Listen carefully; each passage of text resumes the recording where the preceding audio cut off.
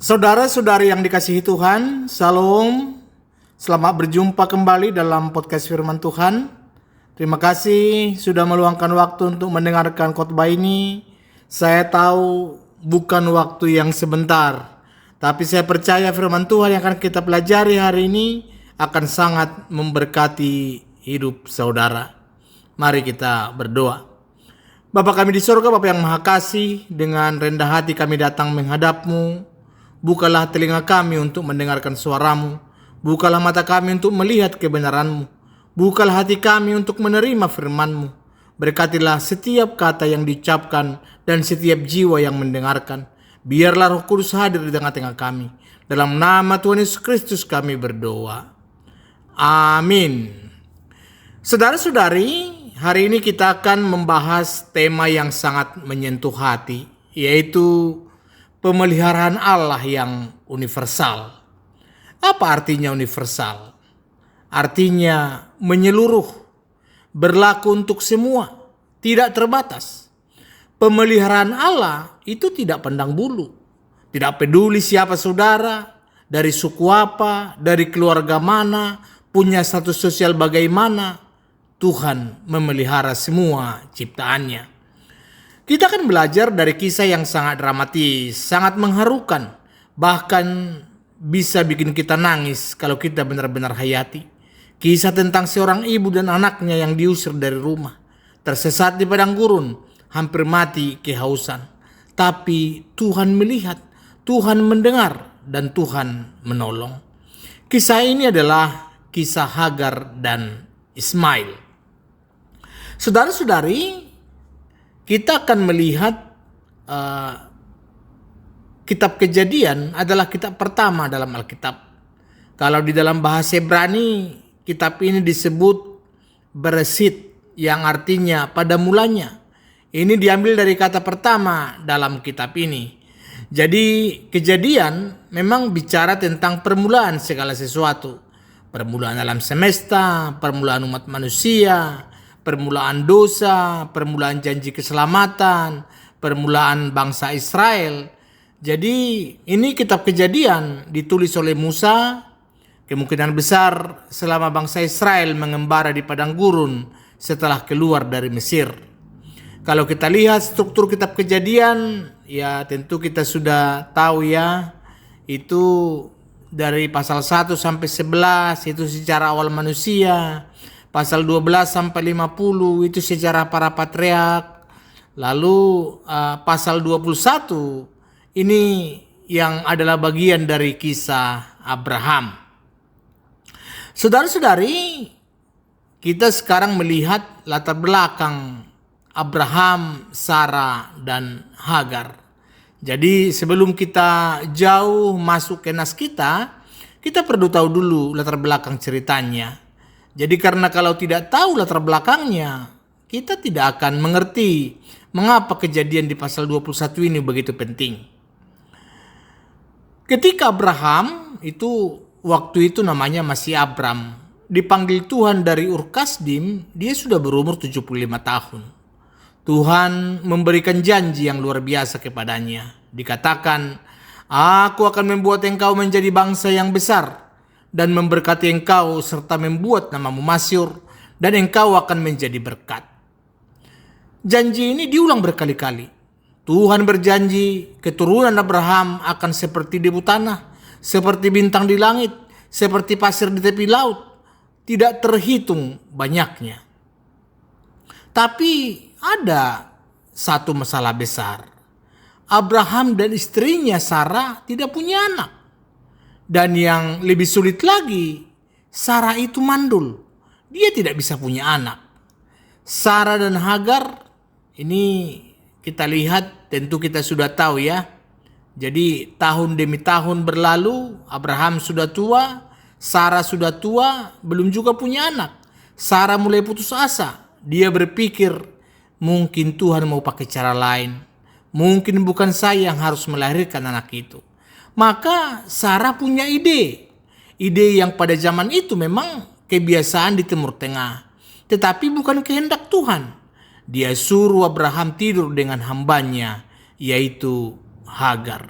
supaya dari Hagar lahir anak yang bisa dianggap anak Sarah.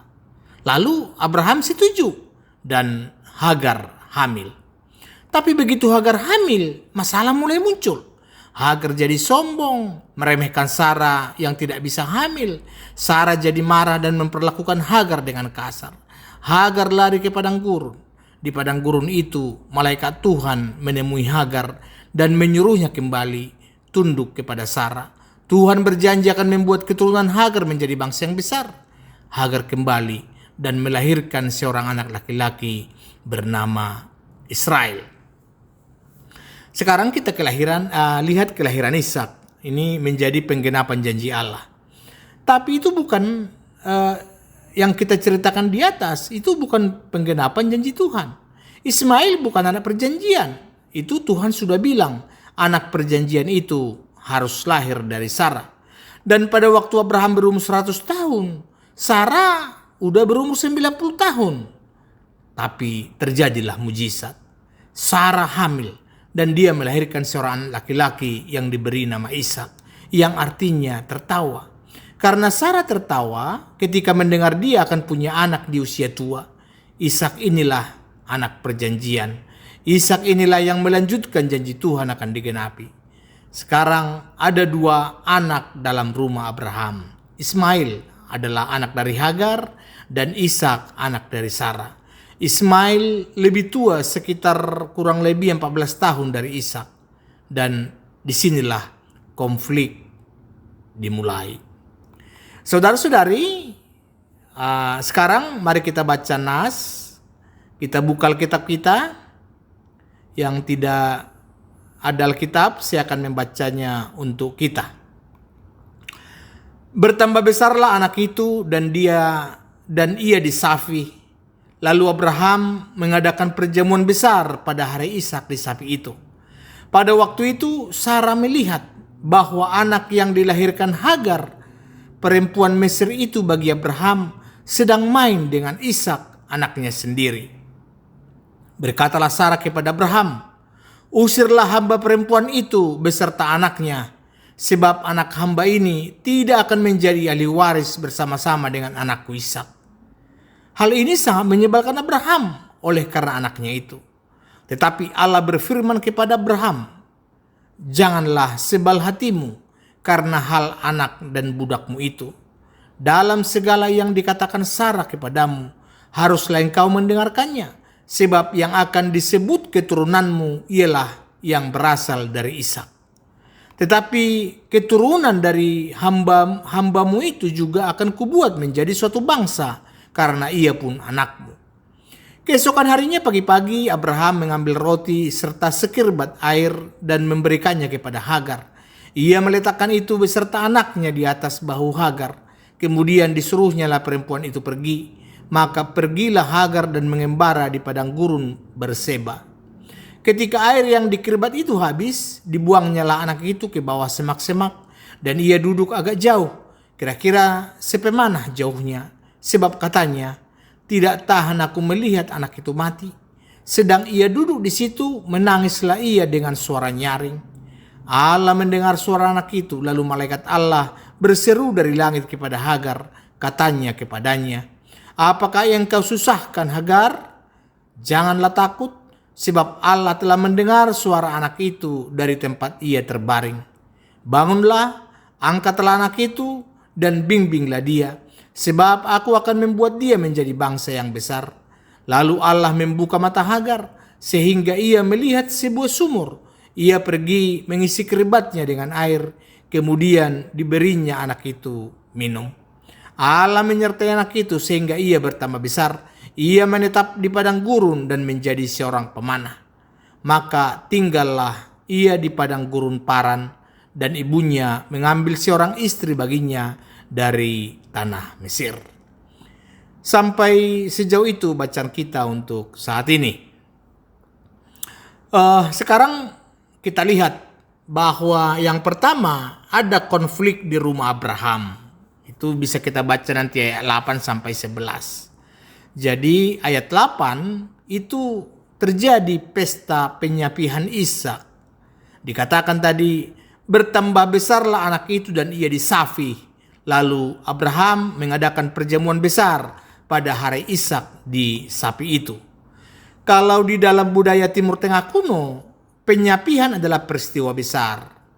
Ya, anak biasanya disapi pada usia 2-3 tahun.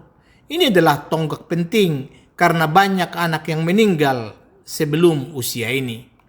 Buat Abraham dan Sarah yang sudah menaati anak begitu lama, penyapihan Ishak adalah alasan untuk bersyukur besar-besaran. Maka diadakanlah perjamuan besar. Undangan datang dari mana-mana, musik dimainkan, makanan berlimpah, semua orang bergembira. Ishak sudah melewati tahap kritis. Dia selamat, dia sehat, janji Tuhan semakin nyata. Tapi di tengah kegembiraan ini ada yang tidak senang. Kalau kita lihat di ayat 9, itu Ismail mengolok-olok Ishak. Ya, dikatakan pada waktu itu Sarah melihat bahwa anak yang dilahirkan Hagar, perempuan Mesir itu bagi Abraham, sedang main dengan Ishak anaknya sendiri. Di terjemahan lain, kalau kita baca-baca terjemahan, ini sedang main, itu bukan sekedar main, tapi mengolok-olok. Kalau di bahasa Batak disebut mangarehei. Jadi di Bible kita itu disebut mangarehei. Perhatikan, Alkitab tidak menyebut Ismail dengan nama. Dia disebut sebagai anak yang dilahirkan Hagar. Ini menunjukkan jarak emosional. Jadi Sarah tidak mau mengaku Ismail sebagai bagian dari keluarga. Makanya sedang main atau mengolok-olok, kalau dalam bahasa Ibrani adalah metsaksek. Berasal dari akar kata yang sama dengan nama Ishak. Ishak artinya tertawa. Jadi ini seperti permainan kata. Ismail sedang mengisahkan Ishak atau mengejek Ishak dengan cara yang merendahkan. Apa yang sebenarnya dilakukan Ismail? Di sini Alkitab tidak dijelaskan secara detail, tapi dari konteks atau dari tafsiran para rabi Yahudi, kemungkinan Ismail itu mengejek Ishak sebagai anak yang lebih muda.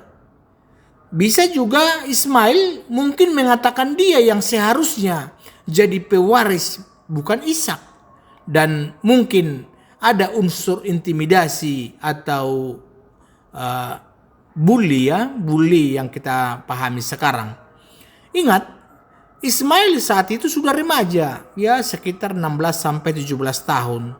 Sementara Ishak masih balita, sekitar 2-3 tahun. Ini bukan main-main yang setara. Ini anak besar yang menindas anak kecil. Dan yang kita lihat adalah dari nas kita, ini Sarah melihat, ya. Dan Sarah melihat kejadian ini. Lalu di ayat 10 karena Sarah melihat, makanya permintaan Sarah yang keras. Dikatakan di ayat 10, berkatalah Sarah kepada Abraham, usirlah hamba perempuan itu beserta anaknya, sebab anak hamba ini tidak akan menjadi ahli waris bersama-sama dengan anakku Ishak. Sarah ini langsung tegas, tidak ada kompromi. Dia tidak ada negosiasi. Dikatakan usir mereka. Perhatikan bahasa yang Sarah pakai. Hamba perempuan itu. Dia tidak disebut Hagar, ya. Jadi hamba perempuan itu. Lalu anaknya bukan disebut Ismail. Lalu anak hamba ini sebenarnya menekankan status bahwa dia adalah budak. Sarah tidak mau akui Hagar dan Ismail sebagai bagian dari keluarga. Baginya mereka hanya budak. Alasan Sarah jelas, sebab anak hamba ini tidak akan menjadi ahli waris bersama-sama dengan anakku Ishak. Di sini Sarah mau memastikan bahwa hanya Ishak satu-satunya pewaris. Tidak ada yang bisa mengancam posisi Ishak. Apakah Sarah kejam? Kalau dari sudut pandang kita sekarang, tentu iya. Ini terdengar kejam, tapi kita harus mengerti beberapa hal. Yang pertama, Sarah itu melindungi anaknya. Tentu sebagai ibu, naluri Sarah adalah melindungi Ishak. Dia lihat Ismail sebagai ancaman. Yang kedua, Sarah mungkin teringat masa lalu. Bahwa dulu ketika Hagar hamil Ismail, Hagar itu meremehkan Sarah. Sekarang anaknya melakukan hal yang sama terhadap Ishak. Sarah tidak mau sejarah terulang. Yang ketiga, Sarah tahu janji Tuhan. Tuhan sudah bilang pewaris adalah Ishak, bukan Ismail. Sarah mau memastikan tidak ada yang menghalangi penggenapan janji itu. Tapi tetap ini keputusan yang berat dan menyakitkan. Ini kita lihat di ayat 11. Ini menjadi kesusahan hati Abraham. Dikatakan hal ini sangat menyebalkan Abraham oleh karena anaknya itu. Kata menyebalkan di sini terlalu ringan. Kalau kita dalam bahasa aslinya, bahasa Ibrani, kata yang dipakai adalah ra'ameot. Sangat jahat, sangat buruk, sangat menyakitkan. Itu artinya. Jadi Abraham di sini sangat terluka, hatinya hancur. Mengapa? Oleh karena anaknya itu. Ismail adalah anaknya. Abraham itu mengasihi Ismail. Selama 14 tahun Ismail adalah satu-satunya anaknya. Abraham sudah membangun hubungan dengan Ismail. Mereka punya memori bersama. Abraham sudah berharap Ismail yang akan jadi pewaris. Sekarang Sarah minta dia usir Ismail. Bagaimana mungkin? Ini adalah situasi yang sangat sulit. Di satu sisi ada istri yang dia cintai, yang baru melahirkan anak janji yang sudah ditunggu puluhan tahun. Di sisi lain ada anak sulung yang juga dia kasihi. Abraham terjebak di tengah. Pernahkah saudara ada dalam situasi seperti ini? Harus memilih antara orang-orang yang Anda kasihi, harus membuat keputusan, bagaimanapun pilihannya akan menyakitkan. Saudara Abraham ada di posisi itu. Sekarang kita melihat bagian yang kedua. Ini ada intervensi Allah. Ya, kita baca di ayat 12 nanti sampai 13. Ketika Abraham bingung, sedih, tidak tahu harus bagaimana, Allah berbicara. Perintah Allah ini tegas. Di ayat 12 dikatakan, tetapi Allah berfirman kepada Abraham, janganlah sebal hatimu karena hal anak dan budakmu itu. Dalam segala yang dikatakan Sarah kepadamu, haruslah engkau mendengarnya. Sebab yang akan disebut keturunanmu ialah yang berasal dari Ishak. Ada beberapa hal yang penting di sini. Yang pertama, Allah tahu perasaan Abraham. Dikatakan, jangan sebal hatimu. Allah mengerti Abraham sedang sakit hati. Allah tidak menghakimi perasaan Abraham. Tuhan tidak bilang, jangan cengeng atau jangan lemah. Tapi Tuhan mengerti bahwa hal ini sangat sulit. Saudara-saudari, Tuhan juga mengerti perasaan kita. Ketika kita sedih, tentu Tuhan tahu. Ketika kita kecewa, Tuhan paham. Tuhan tidak mengabaikan emosi kita. Yang kedua, Allah memberikan ajaran yang jelas. Dikatakan, haruslah engkau mendengarkannya atau dengarkan Sarah. Ini sangat mengejutkan.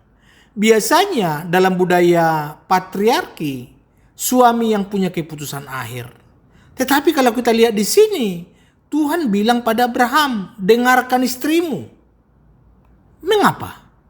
Karena dalam hal ini Sarah benar. Bukan karena motivasinya sempurna, bukan karena caranya lembut, tetapi karena arah yang dia tunjuk sesuai dengan rencana Allah.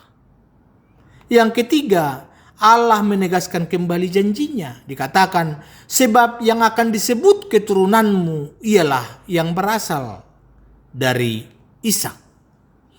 Ini sangat penting, saudara. Abraham mungkin berpikir, kalau Ismail diusir, bagaimana dengan janji Tuhan? Bukankah Ismail juga anakku?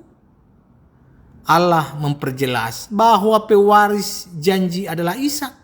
Garis keturunan yang akan membawa berkat bagi semua bangsa adalah melalui Ishak, bukan Ismail. Ini bukan berarti Ismail ditolak atau dibenci Tuhan, bukan. Tetapi dalam rencana keselamatan Allah, jalurnya melalui Ishak. Ayat 13, ini janji Allah untuk Ismail. Dikatakan, tetapi keturunan dari hambamu itu juga akan kubuat menjadi suatu bangsa, karena ia pun anakmu. Inilah yang membuat hati Abraham tenang. Allah tidak melupakan Ismail, bahwa keturunan dari hambamu itu juga akan kubuat menjadi suatu bangsa. Itu kata Tuhan. Di sini kata juga sangat penting. Ishak akan jadi bangsa besar, tetapi Ismail juga akan jadi bangsa besar. Dan alasannya indah, karena ia pun anakmu. Maksudnya karena mereka berdua itu anak Abraham. Tuhan menghormati ikatan antara Abraham dan Ismail. Tuhan tidak bilang Ismail bukan siapa-siapa. Tidak. Tuhan bilang dia anakmu, dan karena dia anakmu, aku akan memberkatinya. Saudara-saudari, inilah kasih Allah yang luar biasa. Allah tidak hanya memberkati orang-orang yang terpilih dalam rencana keselamatannya, tetapi dia juga memberkati orang-orang yang berada di pinggiran. Ismail bukan anak perjanjian, tetapi dia juga anak Abraham, dan karena itu dia juga menerima berkat. Sekarang kita masuk ke ayat yang ke-14. Ini pengusiran Hagar dan Ismail. Ayat 14 berkata, keesokan harinya pagi-pagi Abraham mengambil roti serta sekiribat air dan memberikannya kepada Hagar. Ia meletakkan itu beserta anaknya di atas bahu Hagar. Kemudian disuruhnyalah perempuan itu pergi. Maka pergilah Hagar dan mengembara di padang gurun Berseba. Yang pertama sekali dikatakan pagi-pagi. Jadi di sini Abraham tidak menunda-nunda. Ketika firman Tuhan datang, keesokan harinya pagi-pagi. Begitu Tuhan bicara, Abraham taat. Ia menunjukkan ketaatan Abraham. Meskipun berat, meskipun sakit, dia taat kepada Tuhan. Tapi coba bayangkan pagi itu. Abraham bangun, hatinya sangat berat. Dia lihat Ismail masih tidur. Mungkin dia ingat semua memori mereka bersama. Mungkin air matanya jatuh. Tetapi dia harus melakukan apa yang Tuhan perintahkan. Lalu kita lihat bekal yang minim. Jadi hanya roti dan sekiribat air. Hanya itu. Untuk perjalanan ke padang gurun yang berbahaya. Beberapa penafsir bilang ini menunjukkan Abraham masih belum legowo sepenuhnya. Dia kasih bekal seadanya. Mungkin berharap Hagar akan segera kembali. Tapi saya pikir ada kemungkinan lain. Kenapa dikasih sedikit? Karena juga Abraham percaya pada janji Tuhan. Tuhan sudah bilang Ismail akan jadi bangsa besar. Jadi Abraham percaya Tuhan akan pelihara mereka. Jadi roti dan sekiribat air itu adalah simbol Allah yang akan menyediakan selanjutnya. Lalu kita lihat bagaimana Hagar mengembara. Ayat selanjutnya dikatakan, bukannya sambungannya ya. Maka pergilah Hagar dan mengembara di padang gurun Berseba. Bayangkan Hagar ya, dia berjalan dengan beban di bahu. Ada roti, air, dan tanggung jawab atas anak yang sudah remaja. Dia tidak tahu mau kemana, dia tidak punya rencana. Dia hanya berjalan, mengembara. Padang gurun Berseba ini adalah daerah yang gersang, panas, berbahaya. Bukan tempat untuk seorang perempuan dan anak remaja tanpa perlindungan. Ini yang pasti Hagar itu takut, pasti bingung, dia pasti kecewa. Mungkin dia berpikir, kenapa ini terjadi lagi? Dulu saya sudah pernah lari ke padang gurun.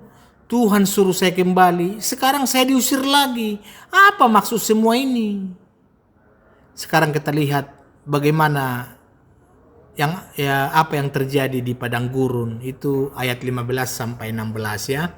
Yang pertama sekali kita lihat di ayat 15a, air habis. Dikatakan ketika air yang di keribatnya itu habis. Ini adalah kalimat yang mengerikan. Di padang gurun, air adalah hidup. Kalau air habis, tentu artinya itu sudah kematian. Berapa lama mereka sudah berjalan? Alkitab tidak bilang.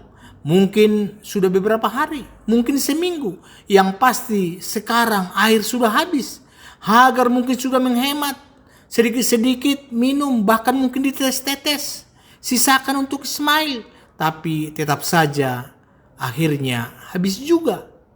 Lalu Ismail dibuang ke bawah semak. Ayat 15b berkata, dibuangnyalah anak itu ke bawah semak-semak. Kata dibuang ini terdengar kasar ya, tapi sebenarnya di dalam kata Ibrani yang dipakai di sini bisa berarti ditaruh atau diletakkan. Jadi bukan pengertian kita dibuang, dilempar, mungkin diletakkan. Ismail sudah tidak kuat. Dia sudah dehidrasi. Mungkin sudah tidak sadar. Hagar taruh dia di bawah semak-semak. Mungkin supaya ada sedikit teduh, sedikit perlindungan dari terik matahari. Di ayat 16a, di sini Hagar menjauh. Dikatakan, dan ia duduk agak jauh, kira-kira sepemana jauhnya. Sebab katanya, tidak tahan aku melihat anak itu mati. Ini adalah salah satu ayat yang paling menyedihkan dalam Alkitab. Hagar menjauh. Sepemana busur itu kurang lebih ya sekitar 50 sampai 100 meter. Itu cukup jauh supaya tidak melihat detail ya. Tapi masih cukup dekat supaya dia bisa mendengar kalau Ismail memanggil. Dan alasannya memilukan. Dikatakan, tidak tahan aku melihat anak itu mati. Sebagai seorang ibu, Hagar tidak sanggup melihat anaknya mati di depan matanya. Terlalu sakit. Itu terlalu menyiksa. Dia sudah menyerah. Dia sudah tidak punya harapan. Dia hanya menunggu kematian datang menjemput anaknya. Lalu ayat 16b, Hagar menangis. Dikatakan, sedang ia duduk di situ menangislah ia dengan suara nyaring. Tangisan seorang ibu yang putus asa. Tangisan yang memilukan. Tangisan yang menggema di padang gurun yang sunyi. Tidak ada yang bisa dia lakukan. Tidak ada air, tidak ada makanan, tidak ada pertolongan. Dia hanya bisa menangis. Pernahkah saudara ada di titik terendah seperti ini? Di mana saudara sudah tidak tahu harus berbuat apa lagi? Di mana semua harapan sepertinya sudah hilang? Di mana saudara hanya bisa menangis? Di sini Hagar ada seperti itu. Tapi di ayat selanjutnya dikatakan Allah mendengar dan menolong. Ayat 17a, Allah mendengar suara anak itu. Bukan suara Hagar yang didengar, tetapi suara Ismail. Mungkin Ismail merintih, mungkin dia menangis lemah, mungkin dia berdoa dengan suara yang hampir tidak terdengar. Tapi Allah mendengar. Ingat arti nama Ismail? Ismail itu artinya adalah Allah mendengar. Jadi ketika Hagar hamil, Ismail yang pertama kali dan lari ke padang gurun, malaikat Tuhan bilang kepadanya, engkau mengandung dan akan melahirkan seorang anak laki-laki dan akan menamainya Ismail. Sebab Tuhan telah mendengar tentang penindasan atasmu itu. Itu ada di Kejadian 16 ayat 11. Sekarang di padang gurun lagi, Allah membuktikan nama itu. Allah mendengar Ismail. Saudara-saudari, Allah mendengar tangisan kita. Tidak peduli seberapa lemah suara kita. Tidak peduli seberapa putus asa kita. Allah mendengar. Di ayat 17b dikatakan malaikat Allah berbicara. Lalu malaikat Allah berseru dari langit kepada Hagar, katanya kepadanya, apakah yang kau susahkan Hagar? Janganlah takut, sebab Allah telah mendengar suara anak itu dari tempat ia terbaring. Malaikat Allah memanggil Hagar dengan nama Hagar. Dia bukan lagi hamba perempuan itu. Dia bukan budak. Dia adalah Hagar, pribadi yang dikenal dan dikasihi Allah. Pertanyaan Tuhan, apakah yang kau susahkan Hagar? Apakah Tuhan tidak tahu? Tentu Tuhan tahu. Tapi Tuhan ingin Hagar mengungkapkan perasaannya. Tuhan ingin membuka dialog. Lalu Tuhan berkata, janganlah takut. Ini adalah kalimat yang paling sering muncul dalam Alkitab. Jangan takut. Tuhan selalu bilang ini kepada orang-orang yang Dia tolong. Dan alasannya, sebab Allah telah mendengar suara anak itu dari tempat dia terbaring. Ismail yang terbaring lemah hampir mati. Allah dengar dia, Allah peduli. Ayat 18 dikatakan, bangunlah, angkatlah anak itu dan bimbinglah dia, sebab aku akan membuat dia menjadi bangsa yang besar. Ini kalau kita lihat ada 3 perintah. Yang pertama, bangunlah. Artinya kita jangan menyerah, jangan rebah, bangunlah. Yang kedua, angkatlah anak itu. Ambil tanggung jawab, jangan tinggalkan dia. Lalu dikatakan bimbinglah dia. Ayo pegang tangannya, kuatkan dia.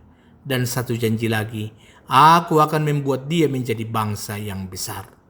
Janji yang sama yang Tuhan berikan kepada Abraham tentang Ismail di ayat 13. Tuhan mengulanginya lagi sekarang, langsung kepada Hagar. Saudara-saudari, Tuhan tidak pernah melupakan janjinya. Meskipun situasi terlihat mustahil, meskipun kematian sudah di depan mata, Tuhan tetap setia pada janjinya. Hagar punya alasan untuk bangkit, bukan karena dia kuat, tetapi karena Tuhan berjanji.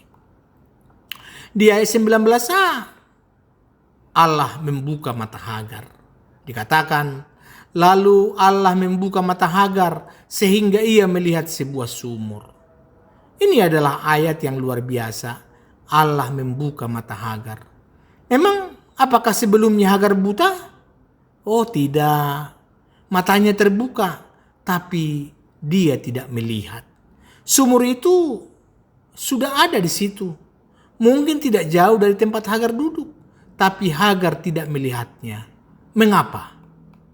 Karena mata hatinya tertutup oleh keputusasaan. Ketika kita putus asa, kita tidak bisa melihat jalan keluar. Ketika kita sudah menyerah, kita tidak bisa melihat solusi yang mungkin ada di depan mata kita. Tapi ketika Tuhan membuka mata kita, pasti kita melihat. Tuhan tidak menciptakan sumur baru.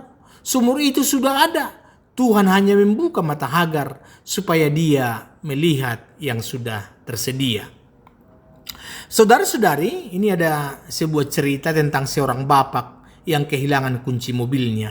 Dia cari di mana-mana, di saku celana, di saku baju, di tas, di atas meja, tapi tidak ketemu.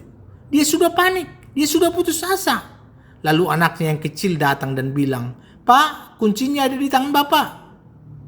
Dan benar, ternyata dari tadi dia pegang kunci itu di tangan kirinya, sambil tangan kanannya mencari-cari. Begitu juga kita. Kadang-kadang jawaban atau pertolongan Tuhan sudah dekat, sudah ada. Tapi kita tidak bisa melihat karena kita terlalu fokus pada masalah kita. Lalu ayat 19b, Hagar mengambil air. Ia pergi mengisi keribatnya dengan air, kemudian diberinya anak itu minum. Begitu Hagar melihat sumur, dia langsung bertindak. Tidak buang waktu, dia ambil kirbat isi air, lalu Ismail diberi minum. Dan Ismail hidup. Air yang segar itu menyelamatkan nyawa Ismail, dan hampir mati menjadi hidup kembali. Saudara-saudari, air itu adalah simbol pemeliharaan Allah. Ketika kita sudah habis, ketika kita sudah kering, Allah sediakan air yang kita butuhkan. Mungkin bukan air yang secara harfiah. Mungkin itu jawaban doa. Mungkin itu bantuan dari orang yang tidak bisa kita sangka. Mungkin itu pekerjaan baru. Dan mungkin itu kesembuhan. Mungkin itu damai sejahtera di tengah badai. Apapun bentuknya, Allah tahu apa yang kita butuhkan. Dan Dia sediakan pada waktu yang tepat. Sekarang kita lihat ayat terakhir ya, ayat 20 dan 21. Di sini Allah menyertai Ismail. Ayat 20 dikatakan Allah menyertai anak itu sehingga ia bertambah besar, ia menetap di padang gurun dan menjadi seorang pemanah. Allah menyertai anak itu. Ini adalah inti dari seluruh kisah. Allah menyertai Ismail. Bukan karena Ismail sempurna, bukan karena Ismail istimewa, bukan karena Ismail anak perjanjian, tetapi karena Allah setia pada janjinya. Dan karena Allah menyertai, Ismail bertambah besar. Ia semakin besar, bukan hanya secara fisik, tapi juga dalam kemampuan, keterampilan, maupun kedewasaan.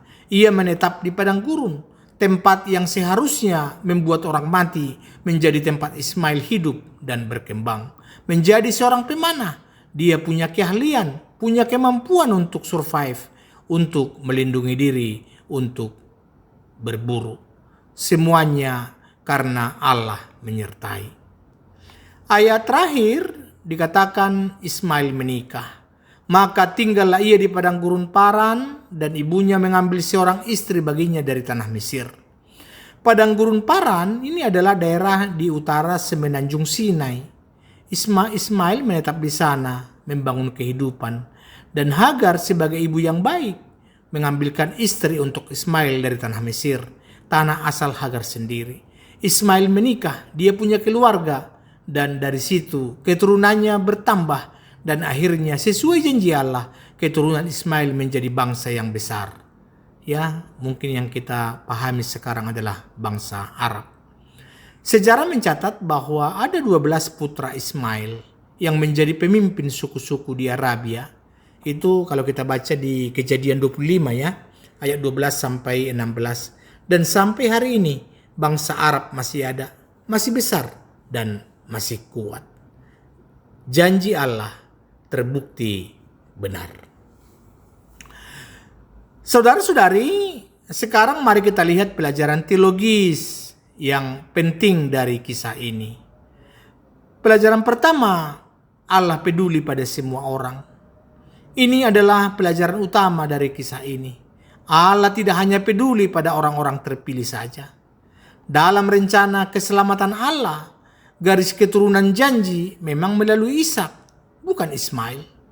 Mesias akan lahir dari keturunan Ishak, bukan Ismail. Bangsa Israel berasal dari Ishak, bukan Ismail. Tapi apakah itu berarti Allah tidak peduli pada Ismail? Tentu tidak. Allah mendengar tangisan Ismail. Allah melihat penderitaan Hagar. Allah memelihara mereka. Allah membuat Ismail jadi bangsa yang besar. Allah peduli pada semua orang, tidak hanya pada sekelompok tertentu. Kalau dalam perjanjian baru, Yesus mengajarkan hal yang sama. Dikatakan di Matius 5 ayat 45, karena dengan demikian kamu menjadi anak-anak Bapamu yang di sorga, yang menerbitkan matahari bagi orang yang jahat dan orang yang baik, dan menurunkan hujan bagi orang yang benar dan orang yang tidak benar. Jadi Allah memberikan matahari dan hujan, ini namanya berkat umum, kepada semua orang, baik yang percaya maupun yang tidak percaya. Pelajaran kedua adalah Allah mendengar tangisan yang putus asa. Ismail sedang terbaring hampir mati, suaranya lemah, tangisannya hampir mungkin tidak terdengar, tapi Allah mendengar. Saudara-saudari, kadang kita merasa doa kita tidak didengar. Kita sudah berdoa berkali-kali, tapi sepertinya tidak ada jawaban. Kita sudah menangis, tapi sepertinya langit tetap diam. Jangan menyerah. Allah mendengar setiap doa. Allah menghitung setiap air mata. Tidak ada satu tangisan pun yang luput dari perhatiannya. Kalau kita baca Mazmur 56 ayat 9 dikatakan, Kau sendiri telah mencatat pengembaraan hidupku. Taruhlah air mataku dalam keribatmu. Bukankah semuanya telah kau catat dalam kitabmu? Allah mencatat setiap air mata kita. Dia simpan dalam keribat sama seperti keribat air yang Hagar bawa. Pelajaran ketiga, Allah menyediakan pada waktu yang tepat. Hagar dan Ismail itu hampir mati. Air sudah habis, harapan sudah hilang. Tapi tepat pada waktunya Allah menyediakan. Bukan terlalu cepat. Kalau terlalu cepat, mereka tidak akan belajar bergantung penuh pada Allah. Bukan terlalu lambat. Kalau terlalu lambat, mereka sudah mati. Tetapi tepat waktu, pada saat yang paling kritis, Allah bertindak. Ini saya pernah mendengar sebuah cerita, kesaksian seorang ibu tunggal. Dia punya 3 anak, suaminya meninggal. Dia kerja serabutan untuk hidup anak-anaknya. Suatu hari uangnya benar-benar habis. Tidak ada uang untuk beli beras. Anak-anak belum makan sejak pagi. Sudah malam, dapur kosong. Ibu itu berdoa sambil menangis. Tuhan, anak-anakku lapar. Tolong Tuhan. Belum selesai berdoa, ada yang ketuk pintu. Tetangga sebelah bawa nasi bungkus, 3 bungkus. Dikatakan, Bu, saya beli kebanyakan tadi. Daripada basi, saya kasih saja buat anak-anak. Ibu itu menangis. Bukan karena sedih, tapi karena bersyukur Tuhan menyediakan tepat waktu. Pelajaran keempat. Kadang Allah tidak ubah situasi, tapi ubah cara pandang kita. Kalau kita perhatikan, Allah tidak menciptakan sumur baru untuk Hagar. Sumur itu sudah ada di situ sejak awal. Yang Allah lakukan membuka mata Hagar. Kadang-kadang solusi untuk masalah kita sudah ada, tapi kita tidak melihatnya karena kita terlalu fokus pada masalah, terlalu tenggelam dalam keputusasaan. Allah tidak selalu mengubah situasi kita. Kadang Allah mengubah cara kita melihat situasi kita. Ada contoh praktis, misalnya ketika saudara keuangan susah, mungkin Allah tidak langsung kirimkan uang jutaan rupiah, tapi Allah buka mata saudara untuk melihat peluang usaha kecil-kecilan yang bisa saudara mulai. Saudara punya konflik dengan orang, mungkin Allah tidak ubah orang itu, tapi Allah ubah hati saudara supaya bisa memaafkan dan berdamai. Mungkin juga saudara punya penyakit kronis, mungkin Allah tidak langsung sembuhkan, tapi Allah buka mata saudara untuk melihat bahwa meskipun sakit, saudara masih punya banyak berkat. Berdoalah, bukan hanya minta Allah ubah situasi, tetapi juga minta Allah ubah cara saudara melihat situasi. Pelajaran kelima, Allah punya rencana untuk setiap orang. Ismail bukan anak perjanjian, tapi Allah tetap punya rencana untuk hidupnya. Allah mau Ismail jadi bangsa yang besar, dan itu terjadi. Saudara-saudari, mungkin saudara merasa seperti Ismail, merasa ditolak, merasa dibuang, merasa tidak penting, merasa bukan pilihan utama. Tapi ingat, Allah punya rencana untuk hidup saudara. Rencana itu mungkin berbeda dengan rencana untuk orang lain, tapi tetap rencana yang baik, rencana yang indah. Yeremia 29:11 berkata, sebab aku ini mengetahui rancangan-rancangan apa yang ada padaku mengenai kamu. Demikianlah firman Tuhan, yaitu rancangan damai sejahtera dan bukan rancangan kecelakaan, untuk memberikan kepadamu hari depan yang penuh harapan. Tuhan punya rencana damai sejahtera untuk saudara. Percayalah. Saudara-saudari, sekarang mari kita lihat bagaimana kita bisa menerapkan kebenaran dari kisah ini di dalam kehidupan kita sehari-hari. Yang pertama, jangan pernah merasa saudara tidak penting di mata Tuhan. Mungkin ada yang merasa seperti Hagar dan Ismail, merasa dibuang, merasa tidak dihargai, merasa tidak penting. Mungkin dalam keluarga saudara merasa seperti anak nomor 2 yang tidak penting, yang tidak sepenting kakak atau adik. Mungkin di tempat kerja saudara merasa tidak diperhatikan, selalu diabaikan. Mungkin di gereja saudara merasa tidak punya talenta yang menonjol, tidak punya posisi penting. Dengarkan ini, di mata Tuhan saudara sangat berharga. Allah memanggil Hagar dengan nama. Allah mendengar tangisan Ismail. Allah peduli pada mereka yang terpinggirkan. Saudara tidak terpinggirkan di mata Tuhan. Saudara adalah mahkota ciptaannya, dibeli dengan darah Yesus yang mahal. Aplikasi kedua, ketika saudara di padang gurun, ingatlah Allah ada di sana. Padang gurun adalah simbol dari masa-masa sulit dalam hidup. Masa keuangan sulit, masa sakit penyakit, masa kehilangan orang yang dikasihi, masa konflik dalam keluarga, masa pekerjaan hilang, masa merasa sendirian. Ketika saudara di padang gurun seperti ini, ingatlah kisah Hagar dan Ismail.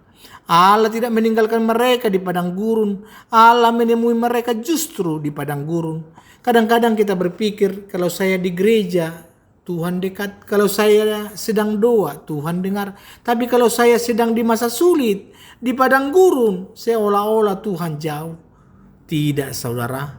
Allah justru sangat dekat ketika kita sedang di lembah. Mazmur 23:4 berkata, sekalipun aku berjalan dalam lembah kekelaman, aku tidak takut bahaya sebab Engkau besertaku. Aplikasi ketiga, jangan menyerah sebelum melihat jawaban Tuhan. Hagar sudah menyerah, dia sudah duduk jauh menunggu anaknya mati. Tapi tepat di saat dia menyerah, Tuhan datang. Saudara-saudari, jangan menyerah. Mungkin sekarang saudara sudah merasa tidak kuat lagi, sudah merasa tidak ada harapan, sudah merasa mau menyerah saja. Bertahanlah sedikit lagi. Mungkin jawaban Tuhan sudah sangat dekat. Mungkin mujizat Tuhan sedang dalam perjalanan. Mungkin sumur pemeliharaan Allah sudah ada di depan mata saudara. Tinggal Tuhan buka mata saudara untuk melihat. Ada sebuah cerita tentang seorang penambang emas. Dia sudah menggali bertahun-tahun, sudah menghabiskan semua uang, belum juga ketemu emas. Akhirnya dia putus asa. Dia jual semua peralatannya kepada orang lain dan ia pergi. Pembeli yang baru itu menggali lagi di lokasi yang sama. Dan tahukah saudara apa yang terjadi? Hanya 3 kaki lebih dalam dia menemukan emas. Penambang yang pertama menyerah terlalu cepat. Dia hampir sampai, tapi dia berhenti. Jangan seperti itu. Terus percaya, terus berdoa, terus berharap. Yang keempat, buka mata saudara untuk melihat penyediaan Tuhan. Allah membuka mata Hagar. Kadang-kadang kita terlalu fokus pada apa yang tidak kita punya, sampai tidak melihat apa yang sudah Tuhan sediakan. Mulai hari ini buka mata saudara. Lihat berkat-berkat yang mungkin kelihatan kecil, tapi sebenarnya adalah penyediaan Tuhan. Anda masih bisa bernapas, itu adalah berkat. Saudara masih punya keluarga, itu juga berkat. Saudara masih punya pekerjaan, meskipun gajinya pas-pasan, itu juga berkat. Saudara masih sehat, itu berkat. Saudara masih bisa dengar firman Tuhan, itu juga berkat. Jangan menunggu sumur besar kalau Tuhan sudah sediakan sumur kecil yang cukup untuk kebutuhan saudara hari ini. Bersyukurlah untuk apa yang ada, sambil terus percaya kepada Tuhan akan tambahkan sesuai kebutuhan saudara. Yang kelima, percayalah bahwa Tuhan punya rencana untuk masa depan saudara. Tuhan bilang kepada Hagar, aku akan membuat dia menjadi bangsa yang besar. Pada saat itu Ismail hampir mati. Tidak ada tanda-tanda dia akan jadi besar. Tapi Tuhan sudah punya rencana. Saudara mungkin sekarang merasa stuck, merasa tidak maju-maju, merasa masa depan gelap. Tapi Tuhan sudah punya rencana untuk saudara. Mungkin saudara tidak tahu detailnya. Mungkin saudara tidak bisa lihat bagaimana caranya. Tapi percayalah bahwa Tuhan sedang mengerjakan sesuatu dalam hidup saudara. Saudara-saudari, sebelum kita tutup, izinkan saya berbagi beberapa cerita yang mudah-mudahan bisa membuat pesan ini lebih mudah diingat. Jadi ini humor ya. Jadi saudara-saudari tahu apa itu kirbat? Jadi kirbat itu sebenarnya kantong kulit untuk bawa air. Itu biasanya ada di zaman dahulu. Itu seperti botol air kita sekarang. Tapi ini dari kulit binatang. Jadi bayangkan kalau zaman sekarang Abraham kasih Hagar, mungkin kasih botol air mineral ukuran 600 ml. Itu untuk perjalanan ke padang gurun. Hagar pasti protes. Bapak, ini cuma cukup buat minum sekali saja. Masa cuma kasih 1 botol? Tapi itulah iman. Kadang Tuhan kasih yang kelihatannya tidak cukup, supaya kita belajar bergantung padanya untuk suplai berikutnya. Itu seperti manna yang Tuhan kasih ke bangsa Israel di padang gurun. Cuma cukup untuk 1 hari. Besok harus percaya Tuhan kasih lagi. Tuhan tidak selalu kasih kita persediaan untuk setahun ke depan. tapi dia kasih untuk hari ini dan dia berjanji akan kasih lagi besok. Lalu ada lagi cerita, ada cerita ini nyata yang saya dengar. Ada seorang ibu di sebuah desa yang rumahnya kebakaran. Api sudah besar, orang-orang teriak, suruh dia keluar, tapi dia tidak mau keluar. Dia malah lari masuk ke rumah yang terbakar itu. Orang-orang kira dia panik, bingung. Ya. Ternyata anaknya masih bayi tertinggal di dalam. Dia nekat masuk ke rumah yang terbakar, mengambil anaknya dan keluar dengan selamat. Dia sendiri luka bakar di tangan dan kaki, tapi anaknya selamat. Itulah cinta seorang ibu, rela mati demi anaknya. Hagar juga begitu. Dia tidak sanggup melihat anaknya mati. Lebih baik dia yang mati daripada anaknya. Dan kalau cinta seorang ibu, manusia saja sebesar itu, apalagi cinta Allah Bapa kepada kita. Allah rela korbankan anaknya yang tunggal, Yesus Kristus, supaya kita bisa hidup. Saudara-saudari, ini masih ada beberapa ilustrasi sebenarnya, tapi saya pilih ya, ini tentang Josh Muller ya. Jadi mungkin udah sering kita dengar, sudah sering kita baca cerita tentang Josh Muller ya. Itu bahkan di khotbah-khotbah yang lalu juga sudah pernah saya ada ya. Jadi Josh Muller itu merawat ribuan anak yatim piatu. Suatu hari salah satu anak datang kepadanya dengan masalah. Sepatu anak itu sudah rusak, parah, berlubang, tidak bisa dipakai lagi. Tapi tidak ada uang untuk beli sepatu baru. Lalu Josh Muller bilang, mari kita berdoa. Mereka berdoa minta Tuhan sediakan sepatu. Sore harinya ada seorang datang ke panti asuhan dengan sekotak sepatu bekas yang masih bagus. Dia bilang, saya membersihkan gudang, saya menemukan sepatu-sepatu ini. Daripada saya buang, lebih baik saya kasih untuk anak-anak. Anak-anak yang tadi pagi berdoa itu dapat sepatu yang pas dengan ukurannya. Jadi saudara-saudari, Allah tahu apa yang kita butuhkan sebelum kita minta. Dan dia sediakan pada waktu yang tepat. Saudara-saudari yang dikasihi Tuhan, kita sudah melihat kisah yang luar biasa dari Hagar dan Ismail. Kisah tentang pengusiran, keputusasaan, dan pemeliharaan Allah. Mari kita ingat kembali poin-poin penting. Yang pertama, Allah peduli pada semua orang. Jadi tidak hanya pada yang terpilih, tetapi juga pada yang terpinggirkan, yang dilupakan, yang ditolak. Allah mendengar tangisan kita. Selemah apapun suara kita, seberat apapun beban kita, Allah dengar dan Allah peduli. Allah menyediakan pada waktu yang tepat. Mungkin tidak sesuai jadwal kita, tapi selalu tepat waktu menurut rencananya. Allah bisa ubah cara pandang kita. Kadang solusi sudah ada, tinggal Tuhan buka mata kita untuk melihat. Lalu Allah punya rencana untuk setiap orang, termasuk saudara yang mendengarkan khotbah ini sekarang. Pertanyaan untuk refleksi kita. Sebelum kita tutup dengan doa, mari kita renungkan beberapa pertanyaan.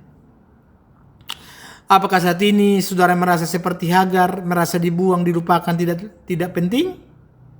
Apakah saudara sedang di padang gurun, masa sulit yang sepertinya tidak ada jalan keluar? Apakah air dalam kirbat saudara sudah habis? Sumber daya, tenaga, harapan saudara sudah menipis? Apakah ada sumur yang sudah Tuhan sediakan tetapi saudara belum melihatnya karena mata saudara tertutup keputusasaan? Apakah saudara percaya Tuhan punya rencana yang baik untuk masa depan saudara? Mulai hari ini, saya ajak saudara melakukan hal-hal praktis ini. Pertama, kalau saudara merasa tidak penting, ingatlah bahwa Tuhan memanggil saudara dengan nama seperti Tuhan panggil Hagar. Tuhan juga memanggil nama saudara. Saudara berharga di matanya. Yang kedua, kalau saudara sedang di masa sulit, jangan menyerah. Terus berdoa, terus percaya. Tuhan sedang bekerja meskipun saudara tidak melihatnya. Yang ketiga, buka mata saudara untuk melihat berkat-berkat kecil yang mungkin sudah Tuhan sediakan. Jangan tunggu sumur besar. Kalau sumur kecil sudah ada di depan saudara. Yang keempat, percayalah pada janji-janji Tuhan. Tuhan bilang Ismail akan jadi bangsa besar. Dan itu terjadi. Tuhan juga sudah beri janji-janji kepada saudara dalam firman-Nya. Percayalah. Yang kelima, bagikan kisah pemeliharaan Tuhan dalam hidup saudara. Seperti kisah Hagar dan Ismail dicatat dalam Alkitab untuk menguatkan iman kita. Begitu juga kesaksian saudara bisa menguatkan iman orang lain. Saudara-saudari yang terkasih, mungkin hari ini saudara mendengarkan podcast ini sambil bekerja, sambil menyetir, sambil melakukan aktivitas sehari-hari. Tapi saya percaya Tuhan punya alasan mengapa saudara mendengarkan pesan ini hari ini. Mungkin saudara adalah Hagar yang sedang mengembara di padang gurun. Mungkin saudara adalah Ismail yang sedang terbaring lemah, hampir putus asa. Dengarkan suara Tuhan hari ini. Janganlah takut. Allah mendengar saudara. Allah melihat saudara. Allah peduli pada saudara. Allah akan memelihara saudara. Sumur pemeliharaannya mungkin sudah dekat. Mungkin saudara hanya perlu Tuhan buka mata saudara untuk melihatnya. Jangan menyerah. Bertahanlah. Percayalah. Karena Allah yang memelihara burung-burung di udara dan bunga-bunga di padang, pasti akan memelihara saudara yang jauh lebih berharga. Pemeliharaan Allah itu universal untuk semua orang, di semua tempat, di semua waktu. Dan itu termasuk untuk saudara. Terima kasih sudah mendengarkan sampai akhir. Tuhan Yesus memberkati saudara dan keluarga saudara. Saya selalu berdoa kepada saudara dimanapun saudara berada. Amin.